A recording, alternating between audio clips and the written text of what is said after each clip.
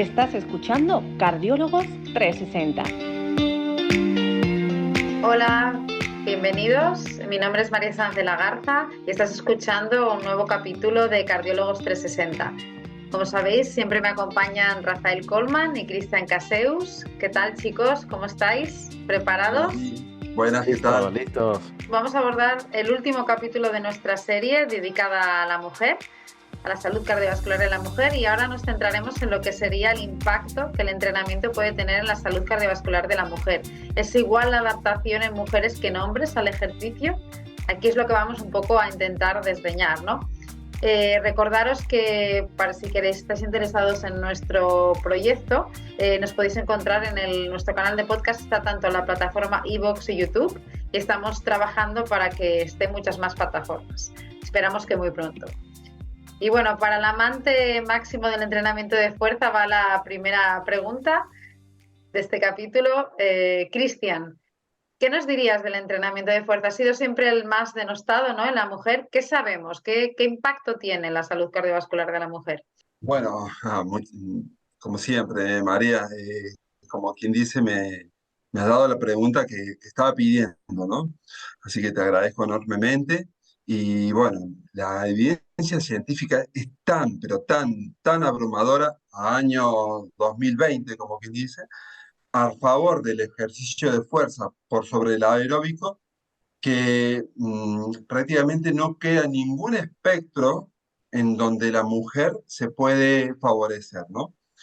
Eh, Mira, vamos a empezar ya con la mujer diabética, ¿no? O sea, ni hablar cómo favorece la ganancia de músculo, o sea, el trabajo muscular que va a generar una ganancia de músculo, ya que el músculo actúa como una especie de contenedor, ¿no? O sea, a través de unos famosos canales que llaman GLUT4, que permite que ese exceso de azúcar, como quien dice, vaya a los músculos y sea mejor gestionado, y es algo casi ideal para la mujer diabética, perdón. Otro aspecto a destacar, sobre todo, es cómo los ejercicios de fuerza, por sobre los otros ejercicios aeróbicos, incrementan la longevidad.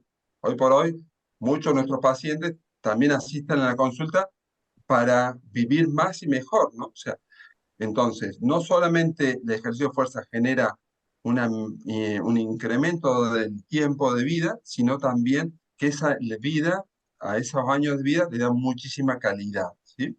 Entonces, eh, también tenemos que destacar en cuanto a esa mujer hipertensa, cómo el ejercicio de fuerza disminuye la tensión arterial casi en un 15%. O sea, prácticamente muchos pacientes van a tener que posiblemente reducir, si hacen un entrenamiento correcto, la cantidad de medicamentos que están tomando, y nos pasa, ¿no? O sea, a mí me gusta, quiero resaltar este aspecto, ¿no es cierto?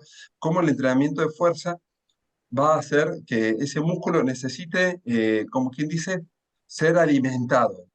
Y ese alimento es a través de ciertas carreteras, que son las arterias, de modo tal de que esas carreteras se tienen que abrir. Y eso es lo que pasa cuando el ejercicio de fuerza es realizado por una paciente hipertensa. O sea, en un momento, mientras hago la fuerza, sube, pero después, cuando hay que pagar la deuda que ese músculo ha adquirido, se genera una disminución de la tensión.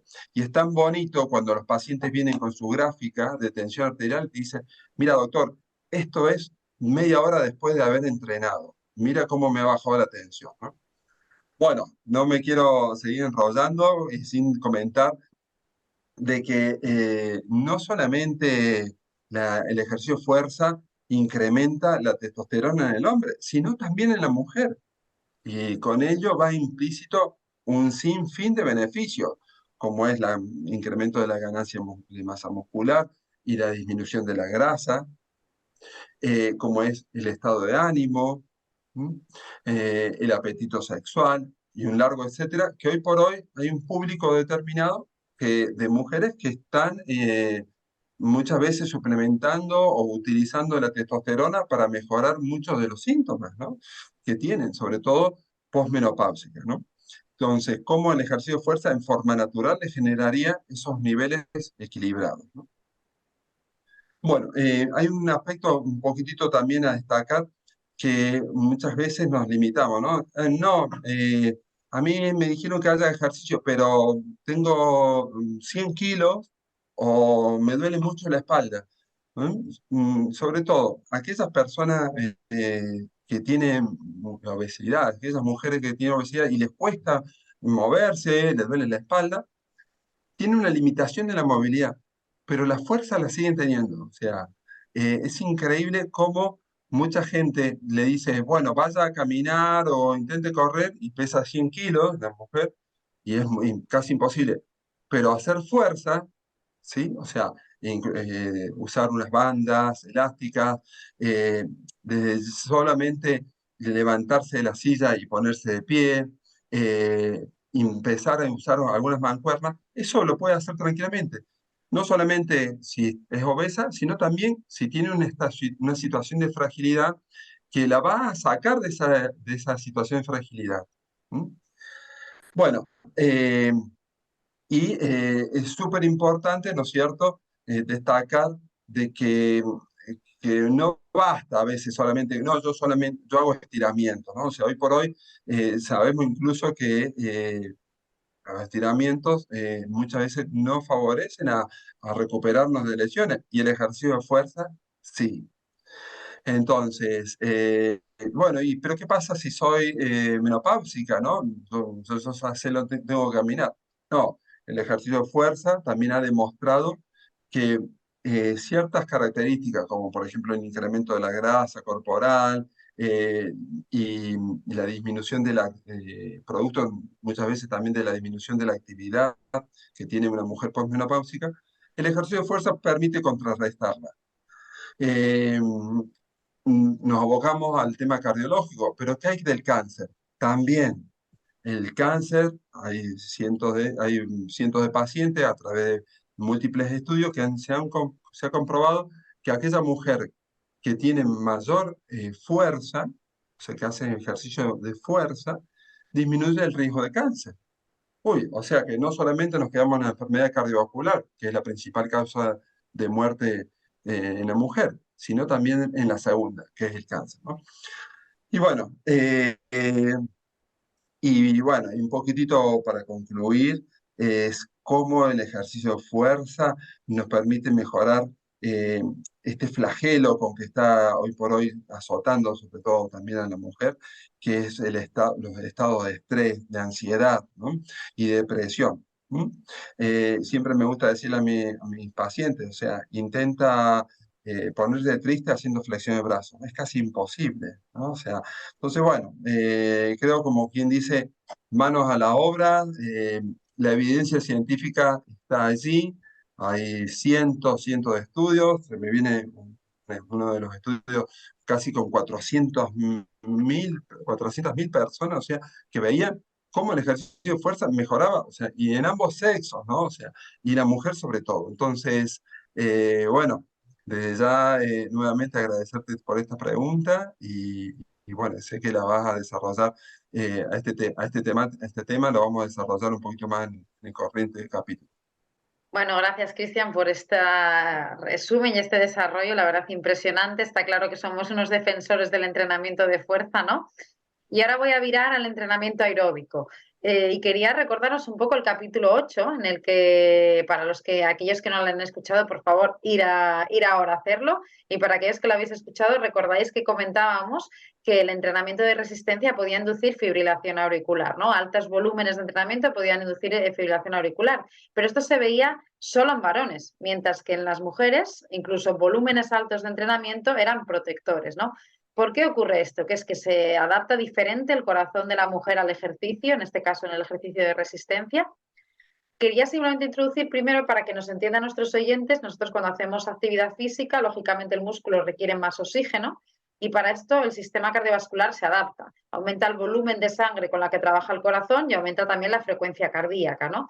este aumento del volumen de sangre está muy bien adaptado el ventrículo izquierdo a llevarlo, porque el ventrículo izquierdo trabaja con presiones bastante elevadas relativamente durante el reposo y tiene mucha capacidad de aumentar la vasodilatación y de bajar de esas presiones durante el ejercicio para albergar ese volumen. ¿Qué le pasa al ventrículo derecho? Que normalmente trabaja con presiones bajas y tiene menor capacidad de reducirlas durante el ejercicio. Es decir, tiene una cierta limitación a adaptarse a la práctica de ejercicio del ventrículo derecho. Y de hecho, cuando hacemos actividad física, la presión pulmonar aumenta de forma lineal con la carga de ejercicio. Pero ¿qué pasa en las mujeres y qué pasa en los hombres? Pues lo que hemos visto en un estudio realizado en nuestro centro, en el Hospital Clinic, hemos visto que el aumento de presión pulmonar a misma carga es menor en mujeres que en hombres.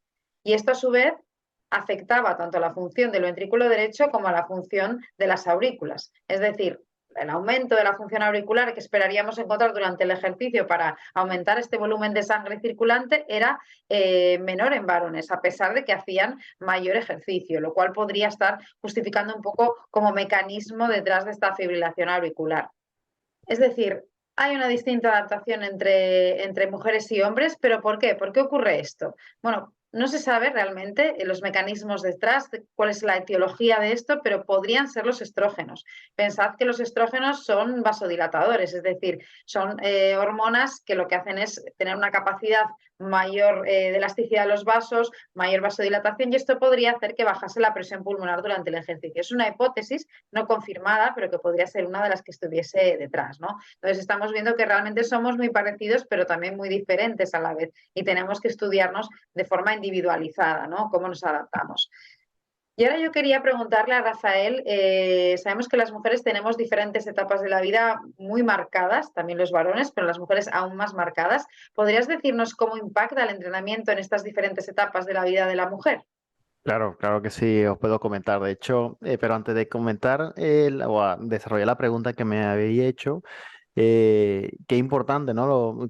He ido contando, he ido apuntando algunas cositas aquí, como hay la creencia todavía, ¿no? En la población general, que el entrenamiento de fuerza, por ejemplo, puede incrementar la tensión arterial, ¿no? Eso sí, es una de las cosas que yo sigo escuchando todavía, que me vienen los pacientes y me dicen, no, es que mi médico me ha dicho que no haga entrenamiento de fuerza porque me sube la tensión, ¿no? Esto cómo vamos derribando mitos. Y cuando comentabas también sobre el entrenamiento de fuerza y cáncer, Cristian, que lo estabas diciendo, se me vino inmediatamente a la cabeza los programas que ahora se están llevando a cabo sobre el desarrollo de rehabilitación cardíaca en mujeres en tratamiento del cáncer de mama, ¿no? Cómo los estudios van demostrando, los seguimientos que van haciendo, cómo incluso ayudan a ir limpiando los quimioterápicos a nivel corporal, ¿no? Cómo mejora el entrenamiento, incluso a limpiar el efecto de la quimioterapia. Así que fenomenal los efectos. Pero bueno, ya enfocándome un poquito más en lo que sería el entrenamiento de fuerza en las diferentes etapas, la mujer, Cristian ha comentado un poco sobre el impacto normalmente en la edad fértil, ¿no? Yo me voy a enfocar un poquito más en los extremos de la vida, en el impacto en las pequeñas, en las niñas y adolescentes y en las mujeres ya después de la menopausia.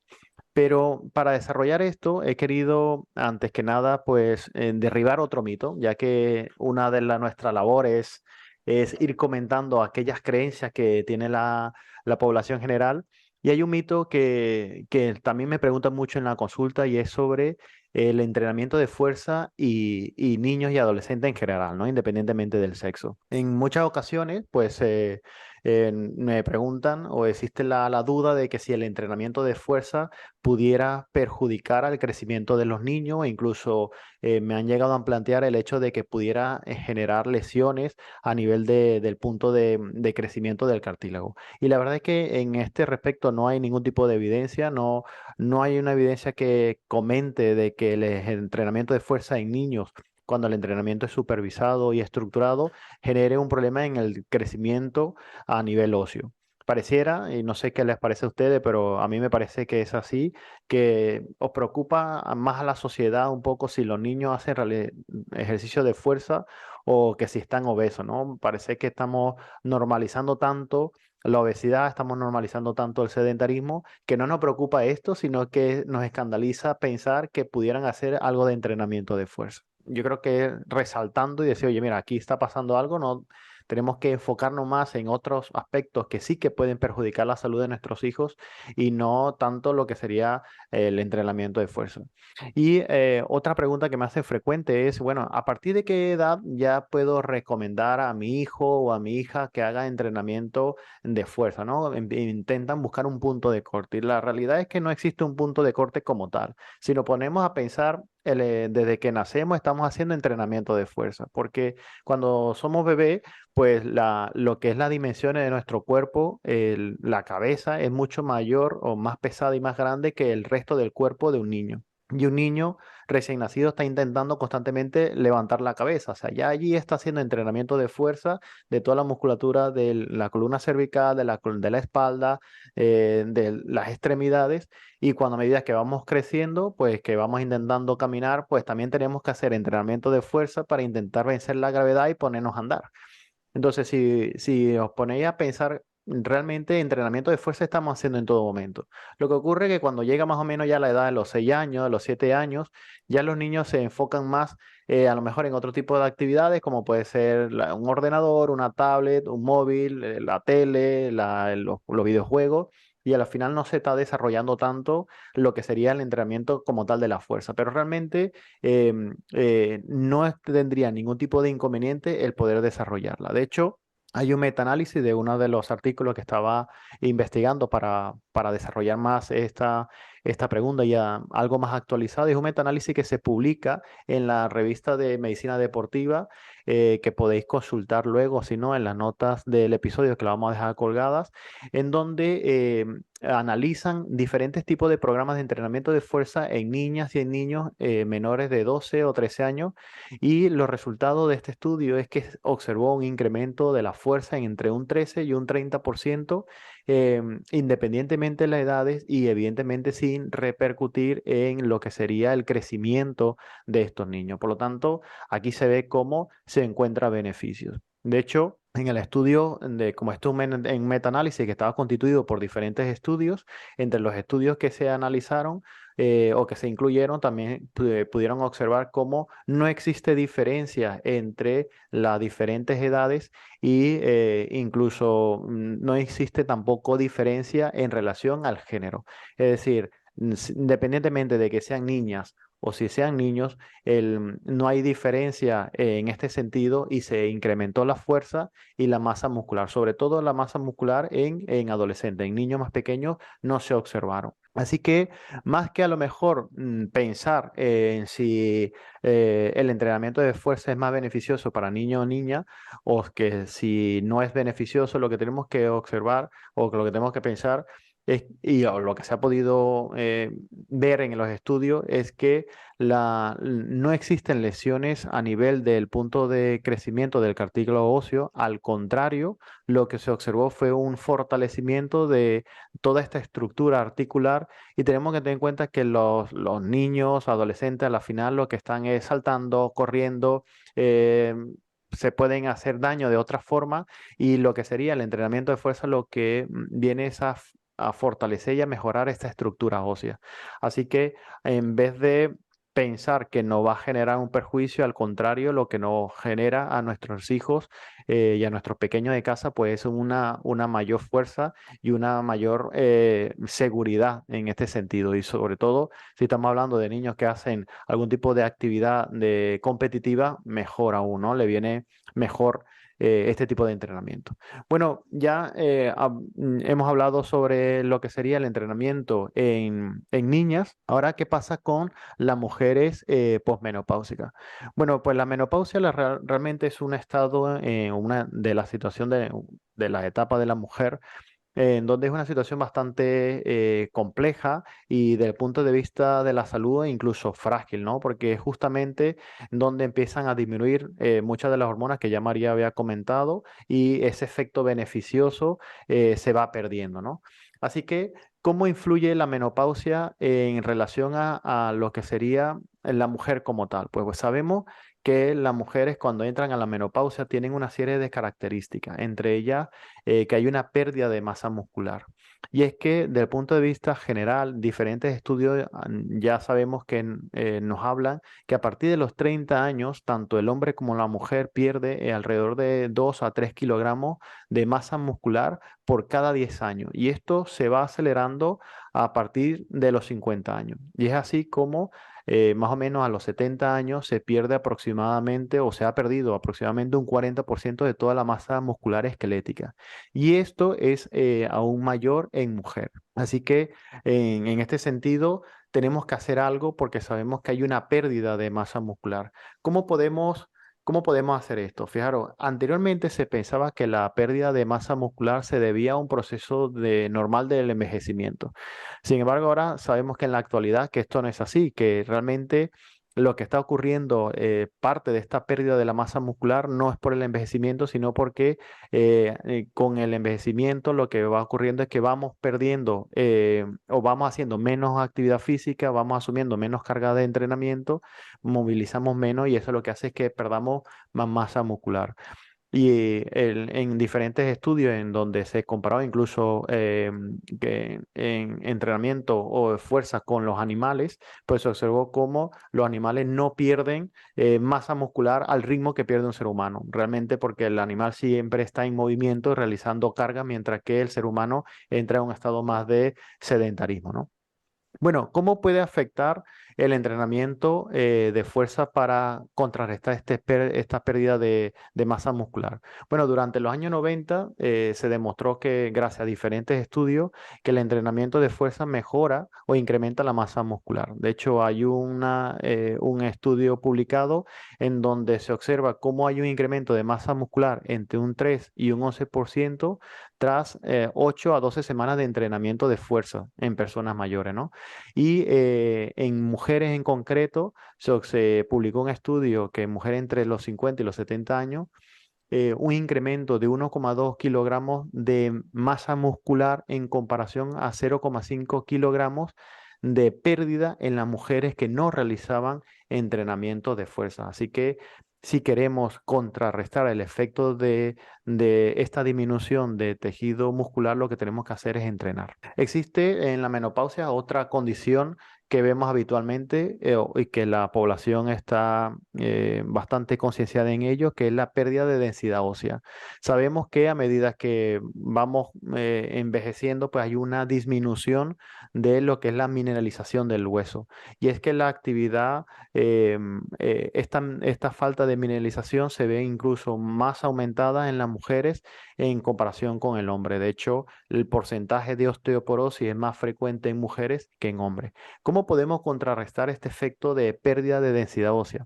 Bueno, pues con el entrenamiento de fuerza se puede lograr sin un tipo de problema. De hecho, hay una cierta de estudios con algunos investigadores en donde analizan cómo incrementar o generar una carga en alrededor del 80% de una repetición máxima, llegó a producir un incremento de 1% de densidad de masa ósea en los huesos de las extremidades inferiores en correlación a aquellas personas que no realizaban este tipo de entrenamiento. Así que podemos crear masa muscular, podemos crear huesos más fuertes si realizamos entrenamiento de fuerza. Y existe, y no quiero perder la oportunidad de comentar, que también las mujeres menopáusicas tienen además, como ya hemos ido comentando en este capítulo y en el capítulo anterior, tienen más riesgo de desarrollar enfermedad cardiovascular, muchas de ellas porque tienen varios de los factores, pues cuando llega la menopausia se incrementan, ¿no? ¿Cómo puede mejorar el entrenamiento de fuerza este factor? Fijaros que diferentes estudios pues hablan cómo el entrenamiento de fuerza mejora el perfil cardiometabólico en las mujeres. ¿Por qué? Porque van disminuyendo la grasa intracelular y a nivel subcutáneo. Y así como un estudio que se publicó o desarrollado por un grupo de daneses, Se observó cómo el entrenamiento de fuerza en mujeres de 67 años incrementó un 67% la fuerza y mejoró la masa muscular. Y además disminuyó 7% de grasa subcutánea y grasa intracelular. Por tanto, el entrenamiento de fuerza mejora la masa muscular, mejora el tejido óseo, mejora los factores de riesgo cardiovascular. Y además de esto, como ya Cristian también mencionó, anteriormente, pues mejora el estado de salud, mejora, actúa como antidepresivo, mejora la calidad de sueño y en definitiva, el entrenamiento, en este caso de la fuerza, no es tan solo es un hábito como tal que recomendamos, sino que en algunas ocasiones llega a ser incluso el mejor tratamiento o el más eficaz que tenemos. Bueno, fenomenal, Rafael. La verdad es que no podemos estar más convencidos, ¿no? Entrenamiento de fuerza en todas las etapas de la mujer. Y ahora yo quería echar por tierra otro mito. ¿No? En el embarazo se nos ha dicho siempre que, bueno, que debemos hacer ejercicio de baja intensidad, ¿no? Que no podemos superar esta intensidad. De hecho, bueno, en mi propia carne, cuando estuve embarazada, pasé por varios ginecólogos y todos me recomendaron que bajase el ritmo, que saliese a caminar y como mucho que fuese a la piscina a hacer algunas piscinas, ¿no? A ritmo ligero.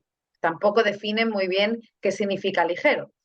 En este sentido, pues tradicionalmente se nos ha restringido hacer actividad física de alta intensidad. Nos decían, no cojas pesos, camina en llano, vete a dar un paseo por la naturaleza. Y la creencia detrás de todo esto es que el ejercicio de mayor intensidad se creía que podría afectar al feto y a la evolución del embarazo.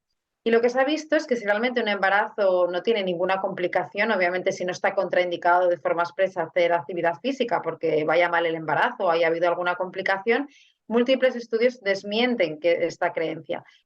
No solo vemos que tiene beneficios en el feto, sino también veremos que tiene beneficios en la embarazada, ¿no? ¿Qué beneficios podría tener hacer actividad física en la embarazada? Pues por una parte favorece que no haya una ganancia excesiva de peso, que en muchos casos el embarazo, pues lo normal es que tengamos que subir unos 9 kilos aproximadamente, dependiendo del peso del bebé, y son muchas las personas que suben muchos más kilos, precisamente por ese sedentarismo al que se adapta y esa baja intensidad. Además, hacer entrenamiento tanto aeróbico como de fuerza se ha asociado a un menor riesgo de diabetes gestacional, de preeclampsia, factores de riesgo que antes comentamos. Además, hay una menor incidencia de depresión posparto. Todo ello, factores que además se potencian entre sí. ¿Y qué pasa con el futuro bebé? Pues no solo se creía, ¿no?, que podría hacer que si hacíamos más entrenamiento el bebé iba a tener un menor peso al nacer. Pues no es así. Tiene un peso adecuado, ni mayor ni menor. Además, como comentaba ya mi compañero Cristian en un episodio previo, se ha visto que lo que hace la mujer durante el embarazo tiene un impacto en el porcentaje digamos, de la composición corporal del futuro bebé y del futuro niño, cosa que es realmente muy importante. Además, puede tener un impacto sobre el desarrollo psicomotor e intelectual posterior. Se ha visto que tienen un mejor desarrollo psicomotor e intelectual aquellos en los cuales la mujer ha hecho entrenamiento. Vale, pues tenemos que hacer entrenamiento, pero ¿qué tipo tenemos que hacer? ¿Qué tipo de intensidad? Realmente os dejaré en las notas del episodio una revisión de las nuevas guías, de las 3 guías internacionales más importantes en cuanto a recomendaciones para hacer ejercicio durante el embarazo. Y os quería aquí resumir un poco las conclusiones y en lo que están en consenso todas ellas, ¿no? En cuanto al entrenamiento aeróbico, se dice que es seguro y se ha visto que tiene efectos beneficiosos hacer ejercicio de moderada intensidad. ¿Esto qué quiere decir? Entre el 60 y el 80% de la frecuencia cardíaca máxima. Se dice que al menos 30 minutos y cada día. Se insta también a utilizar el test del habla, aunque hay que tener en cuenta en este caso que durante el embarazo pues tenemos la relación entre la frecuencia cardíaca y la sensación que nosotros tenemos de ejercicio varía, cosa que a mí me ha sorprendido. Tenemos una menor sensación de ejercicio, es decir, la frecuencia cardíaca está más elevada de lo que podemos nosotros notar, ¿no? O tener la sensación que tenemos. Y por otra parte, el ejercicio de alta intensidad se puede realizar. Realmente hay menos estudios a este respecto, pero sí que hay un metaanálisis hecho en mujeres que eran deportistas de élite, que incluye además 32.000 mujeres, que no está nada mal. Y lo que se ha visto en esta combinación de distintos estudios es que el ejercicio de alta intensidad, hasta 90%, vuelvo a insistir, en un embarazo sano, puede ser efectivo y ser seguro. Sí que es verdad que se tienen más datos en el tercer trimestre y no tanto en el primer trimestre, que ya sabemos que es una etapa un poco más peliaguda, y en el segundo trimestre. Y tampoco se tienen muchos datos más allá del 90% de la frecuencia cardíaca máxima. Y ahora pasemos al entrenamiento de fuerza, ¿no? También aquí se debe realizar. Obviamente debemos evitar entrenamientos de fuerza de alta intensidad que conlleven una maniobra de Valsalva, porque esto aumenta la presión intraabdominal y se cree que podría afectar a la sangre que le llega al feto, aunque tampoco hay muchos datos al respecto. Básicamente no podemos recomendarlo porque no hay evidencia y podría ser perjudicial, no lo sabemos. Lo que sí está claro es que el entrenamiento de fuerza con moderadas cargas, y esto me refiero entre el 30 al 40% de una RP máxima, es beneficioso y al menos 2 sesiones semanales se deben incluir. Está claro que el embarazo no es el momento para empezar a hacer nuevas técnicas de ejercicio ni deportes con una elevada complejidad técnica, sino que es el momento para seguir con nuestros buenos hábitos y quien no los tenía, pues empezar de forma progresiva a introducir ejercicios sencillos en su vida, ¿no? En su rutina habitual. Y bueno, ahora yo quería cambiar un poquito de tercio y quería pasar a Cristian, que sé que también es un apasionado de la suplementación y la nutrición. ¿Hay alguna diferencia en cuanto al impacto que la suplementación podría tener en mujeres respecto a varones? ¿Hay algo en este sentido? Bueno, nuevamente muchas gracias por esta espectacular pregunta, María. Antes de responderla, he estado un poquitito pormenorizando algunas cositas que comentaban y, bueno, me quedé con tu comentario, Rafael, y justamente también tenía evidencia científica al respecto y sobre todo desmontando mitos del entrenamiento de fuerza en niños, ¿no? O sea, el mito de que sobre todo en niñas eso va a generar unos cambios se van a volver muy musculosas, ¿no? Y no, justamente lo que genera una adaptación neuromuscular que va a favorecer a que se adapten muchísimo mejor incluso a cualquier deporte, ¿no? Y es muy bonito eso, ¿no? Ir rompiendo mitos y luego pues eso, ¿no? Que comentabas, ¿y cuándo? ¿Cuándo empiezan? Vamos a esperar que el cuerpo se termine de desarrollar, etcétera. Y al fin el consenso era, bueno, si puede entender, puede hacerlo. Y obviamente que va a haber que tener en cuenta las cargas para que no se lesionen. Pero es el deporte de fuerza el que va a evitar que se lesionen. Cómo cambian los paradigmas, ¿no? Y otro tema que comentábamos, ¿no? María, qué bonito que es, ¿no? O sea, mujeres fuertes traen hombres fuertes, ¿no? Qué increíble, ¿no? Exacto. Y desgraciadamente la mujer actualmente tiene un 40% menos que de fuerza que lo que tenían sus abuelas o bisabuelas, ¿no? Y bueno, y obviamente esto está muy en relación al auge de lo que comentamos en el capítulo pasado del síndrome metabólico, ¿no? Bueno, y un poco, como quien dice, volviendo al tema, eh, ¿cuál es? Sí que muchas veces, no, bueno, el hombre tiene que usar una suplementación, la mujer tiene que usar otra, etcétera, ¿no?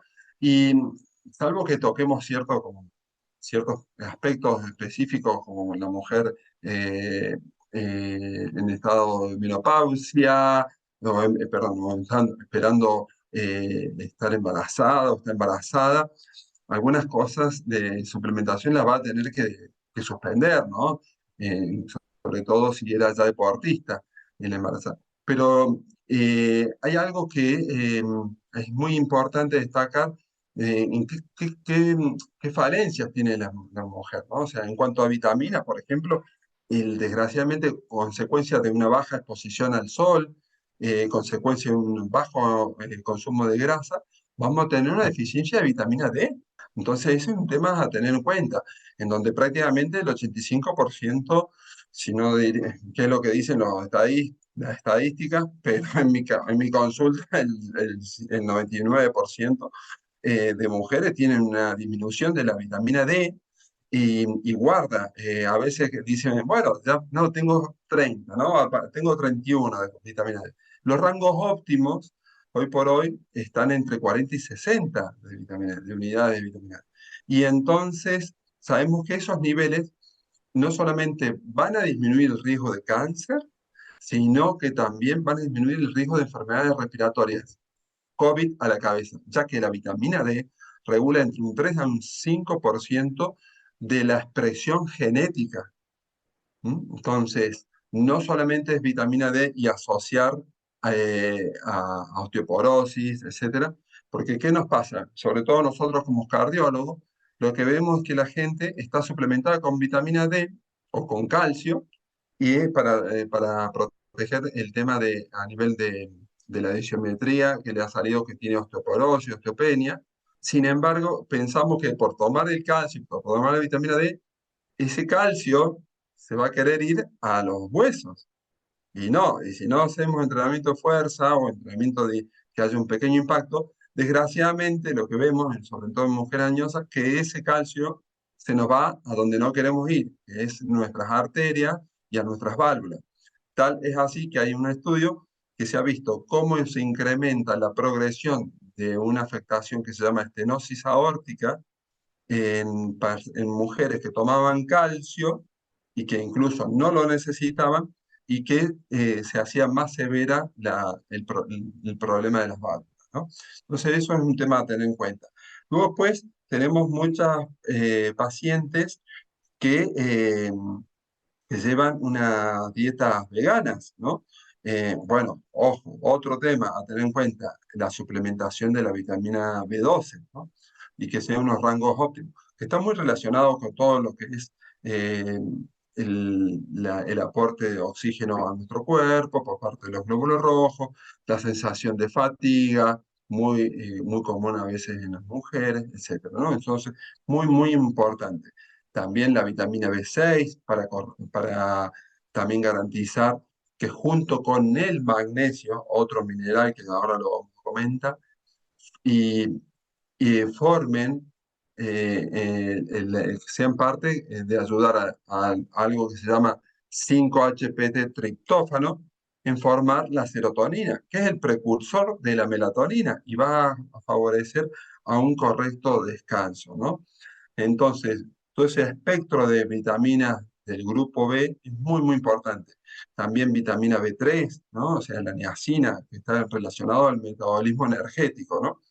Entonces, la suerte que tenemos es que eso lo podemos indagar con una analítica muy simple. Vitamina B3, B6, B9 o el ácido fólico, ¿no? O sea, B9 que también, y que está, y lo va a tener que tener muy en cuenta una mujer que quiere quedar embarazada, ¿no? Para que su hijo no tenga una afectación de tipo neuronal. Bueno, comentamos un poquito también el tema de los minerales, ¿no? O sea, por hablar de minerales siempre sale el calcio, ¿no? O sea, bueno, lógicamente, el calcio es un mineral que da la vida, ¿no? O sea, esto que estoy haciendo ahora en este momento es gracias al calcio, ¿no? Que favorece a una contracción de ciertos músculos que permiten mi dicción, ¿no? Entonces, el calcio es súper importante, da prácticamente de popular conocimiento dónde lo podemos encontrar. Pero ¿qué pasa con el magnesio, no? Otro mineral que tiene casi 300 funciones en nuestro organismo, que actúa como cofactor de un montón de procesos enzimáticos que se generan en nuestro cuerpo, ¿no? Si decimos que el calcio es importante porque lleva 120 procesos en nuestro cuerpo, ¿qué pasa con el magnesio que lleva 300, ¿no? Ahí comentamos que junto con la vitamina B6 forman y el 5-HTP de triptófano favorecen a la producción de serotonina, nuestro estado de ánimo. Y desgraciadamente, al menos aquí en España, la población casi está disminuida en un 80% del aporte normal de magnesio. Esto es víctima de un sobreabono que ha habido en las tierras. El magnesio es un mineral que lo vamos a encontrar en los vegetales, sobre todo lo que tenga de color verde. Y las tierras están abonadas sobre todo con nitrógeno, pero no están enriquecidas con magnesio, ¿no? Entonces, la lechuga de hace 100 años no tiene o las selgas no tienen el mismo aporte de magnesio que la que tiene ahora, ¿no? Entonces es algo que podemos suplementar. Hay un sinnúmero de tipos de magnesio, eso es un tema para otro podcast, pero aquella mujer que tiene fatiga, que tiene problemas de estreñimiento, que tiene un problema de insomnio, eh, es alguien que se va a favorecer de que hable con su profesional de salud, ¿no? Con su prestador de salud, para que la asesore un poco como, para qué tipo de magnesio tiene que tomar y qué dosis. Por lo general, el hombre está casi en 350, 400 miligramos diarios y la mujer 300 miligramos diarios, ¿no? Bueno, y con respecto también, para tocar otro macronutriente, el tema del aporte de grasas, ¿no? Hoy por hoy tenemos, hay una especie de animadversión a las grasas y la importancia de las grasas, obviamente cuando hablamos de grasas siempre son saludables, ¿no? Y no pensar que porque comamos grasa, nuestro cuerpo, como explicamos en el capítulo previo, va a formar grasa, ¿no? O sea, no viene de ahí solamente, ¿sí? Entonces, bueno, obviamente ahí hay que destacar un poco aquellas personas que no llevan una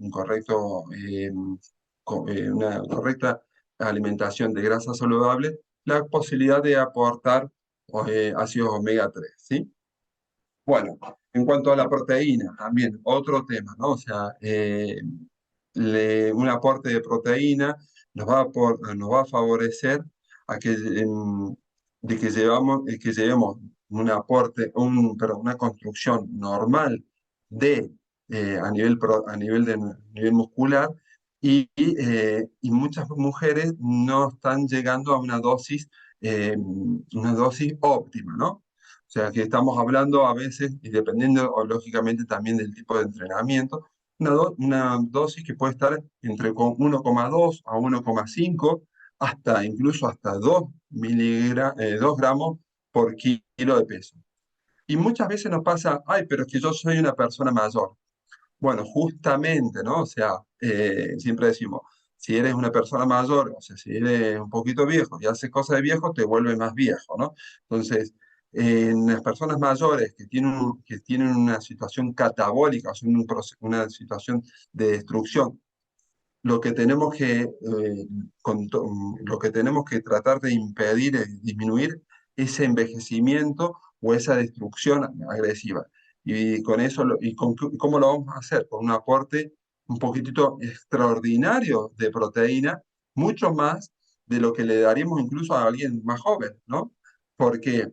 ¿Por qué? Porque hay un proceso catabólico incrementado, porque la absorción de proteína por parte de ese organismo es mucho menor, porque muchas pacientes encima están tomando protectores gástricos, que también dificulta o disminuye a la posterior absorción. Entonces, bueno, sí que es un cambio de paradigma, ¿no? O sea, en cuanto al tema de la proteína.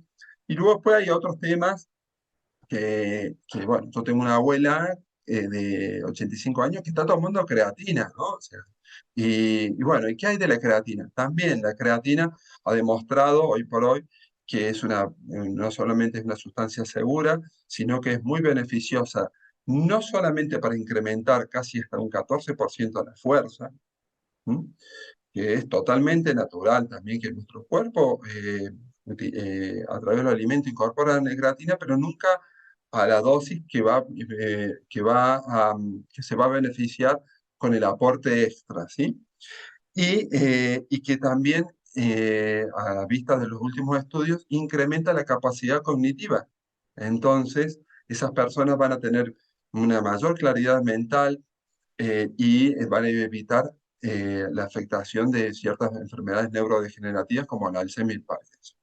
Hay un estudio que resaltaba la importancia incluso de la creatina en personas que tienen un déficit del sueño, ya que permite mitigar las consecuencias de la falta de sueño. Y bueno, y algo un poquito también por destacar, aquellas personas que tienen problemas digestivos, la suplementación con glutamina, que va a permitir mejorar todo lo que es el, la barrera intestinal, o sea, disminuyendo la permeabilidad intestinal y con ello una mejor absorción de los alimentos y evitando una sobreinflamación por parte del intestino hacia el organismo, ¿no? Entonces, bueno, nada más, un poquitito para resaltar algo que siempre venimos hablando del café. Cambió todo con respecto al café. El año pasado ya salieron estudios en donde mejoraba la salud cardiovascular, pero ese café no tenía que ser descafeinado, tiene que ser cafeinado. Lógicamente que los beneficios a nivel de la salud cardiovascular se ven mermados si ese café es torrefacto, si ese café viene acompañado de azúcar, si ese café viene acompañado de edulcorantes, ¿sí? De ciertos edulcorantes, sobre todo sacarinas a la cabeza, ¿no? Y el último, suplementación, el agua. No nos olvidemos de beber agua, ¿sí? Sobre todo si hacemos deporte, sobre todo teniendo en cuenta los cambios climáticos. Y a mí me gusta sugerirle a mis pacientes que tengamos una regla, ¿no? O sea, casi 0,3, 0,5, 0,4 por kilo de peso. O sea, alguien de 60 kilos, no, intentar llegar a 2 litros, 2,5 litros, ¿sí? Y que eso no contemple en los periodos de entrenamiento, ¿no? Intentando, lógicamente, que esa agua que esté prácticamente, dependiendo si estoy en lugar húmedo y si hace calor, entre 300 a 500 mililitros por hora de entrenamiento. Y algo que resaltar en cuanto a las aguas, ojo que todas las aguas minerales, dicen agua, la mayoría dice agua mineral, baja en minerales. Entonces, esa agua a veces tiene casi 1000 veces menos sodio que lo que nuestra sangre necesita, ¿sí? En esos casos, si el deporte dura más de 1 hora, sugerimos el aporte de sales minerales para favorecer una correcta contracción a nivel muscular, evitar arritmias a nivel cardiovascular, ¿sí? Y un síndrome de fatiga precoz, ¿no? Entonces, bueno, es un tema que también me encantaría que después lo desarrollemos, el tema del agua y esa agua rica en minerales, ¿sí? Así que bueno, muchísimas gracias María por esa pregunta, ¿eh? Fenomenal, Cristian. Nada, simplemente yo para finalizar y poner ya punto final a este interesante capítulo, quería preguntarle a Rafael que pusiésemos un ejemplo de todo lo que hemos hablado, ¿no? De la importancia del entrenamiento de fuerza en todas las etapas de nuestra edad, pero específicamente quería que trajeses a colación un ejemplo de tu práctica clínica habitual con una mujer posmenopáusica que ha dejado un poco de lado su estilo de vida, ha dejado su dieta y realmente está en un estado bastante sedentario, aumentado de peso y quiere ponerse en marcha. Que nos des, simplemente para finalizar, 4 claves que tú le darías a esta mujer. Vale, pues muy bien. Antes de responder, Cristian, felicitarte por toda la suplementación. Ya la verdad que he estado quedando aquí súper concentrado con todos los tips que he estado dando. He cogido nota de muchos de ellos. Y lo que sí me llama la atención es que muchos de los datos de suplementación lo pudiéramos obtener si hiciéramos un descanso adecuado, una alimentación adecuada y una alimentación adecuada, ¿no? No haría falta probablemente requerir tanta suplementación si realmente hiciéramos o cuidáramos estos 3 aspectos de la vida en global, ¿no? Bueno, respondiendo a la pregunta de María, no pienso extenderme para no hacer el capítulo muy largo. Realmente aquí la idea en una mujer posmenopáusica que quiere retomar la actividad física, hay que empezar con el sentido común y es que debemos arrancar la actividad desde un nivel más bajo, ¿no? Tenemos que, lo primero, y eso se lo digo siempre a todos, sea mujer u hombre, es que si queremos retomar la actividad física o si queremos empezar, tenemos que primero hacer el hábito, ¿no? Muchas veces se le dice a la gente, no, bueno, tienes que hacer tanto de ejercicio, será una serie de pautas, pero si realmente no conocemos a la persona y no conocemos un poco cuál es su estructura de vida, si tiene tiempo para hacerlo o no, si le preocupa o no le preocupa, cómo encaja todo esto en su vida. O sea, realmente tenemos que hacer un poco ese hincapié de dónde va a encajar esta persona ese nuevo hábito y de qué forma lo va a encajar, ¿no? Porque muchas veces son cuidadoras, son mujeres que tienen hijos, que tienen que cuidar a su madre, tienen que trabajar además, o sea, confluye una serie de situaciones que es complejo introducir la actividad física, pero aún así la experiencia me ha dicho, y me imagino que para ustedes igual, que siempre se puede priorizar algunas situaciones que seguramente se pueden dejar un poco más de lado y priorizar en la salud, ¿no? Lo dijimos en el capítulo número 1. Recuerdo decir que hay que regalarnos un rato para nosotros y parte de este tiempo es justamente para hacer cosas para nuestra salud, como puede ser entrenamiento físico. Bueno, ¿qué le diría yo a esta mujer? Pues le diría que vamos a buscar a priorizar, vemos dónde le podemos colocar, dónde puede hacer entrenamiento físico y debería empezar aproximadamente unos 30 minutos, unos 20 minutos diarios, por lo menos unos 5 días a la semana, por lo menos esos 5 días. Y en estos 5 días, pues le diría que de los 5 días, 3 realice un entrenamiento cardiovascular y 2 de fuerza. Realmente esta proporción de cardio y fuerza va a depender un poco también de qué experiencia tenía previamente sobre el entrenamiento físico, si hacía anteriormente algún tipo de disciplina deportiva, qué le gusta más o menos. Yo creo que hay que adaptar mucho a lo que la gente, o sea, esto no puede ser como tómate estas pastillas y ya está, ¿no? Hay que preguntar un poco qué te gustaría hacer, cómo te gustaría hacerlo, pero al menos que se pueda obtener 5 días a la semana de actividad física y de los cuales más o menos para iniciar repartir 3 días de cardio y 2 días de fuerza estaría bastante bien. ¿Cómo, a qué intensidad? Porque bueno, decir que haga ejercicio es como muy genérico, ¿no?